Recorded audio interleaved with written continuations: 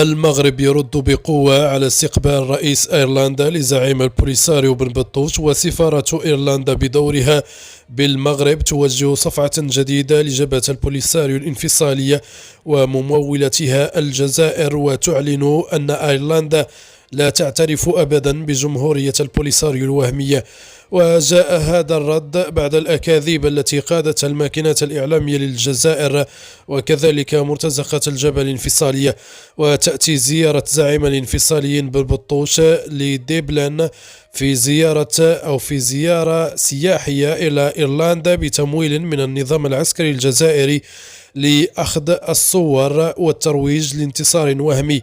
وقالت سفارة إيرلندا في المغرب في بلاغ عاجل أن موقف إيرلندا الثابت بشأن الصحراء الغربية المغربية هو موقف الدعم الكامل للعملية التي تقودها الأمم المتحدة وجهود الأمين العام للتوصل إلى تسوية سياسية دائمة ومقبولة من الطرفين بشأن هذه القضية.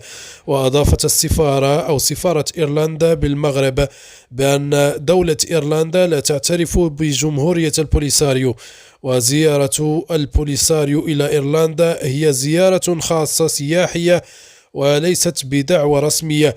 وكان بن بطوش قد التقى برئيس إيرلندا واعتبر بأن الأخير تعد بوابته للاعتراف الأوروبي بالجمهورية الوهمية، لكن الحقيقة تبينت كون الأمر لا يتعلق بزيارة رسمية كما ادعى إبراهيم غالي وإعلام الكبرانات.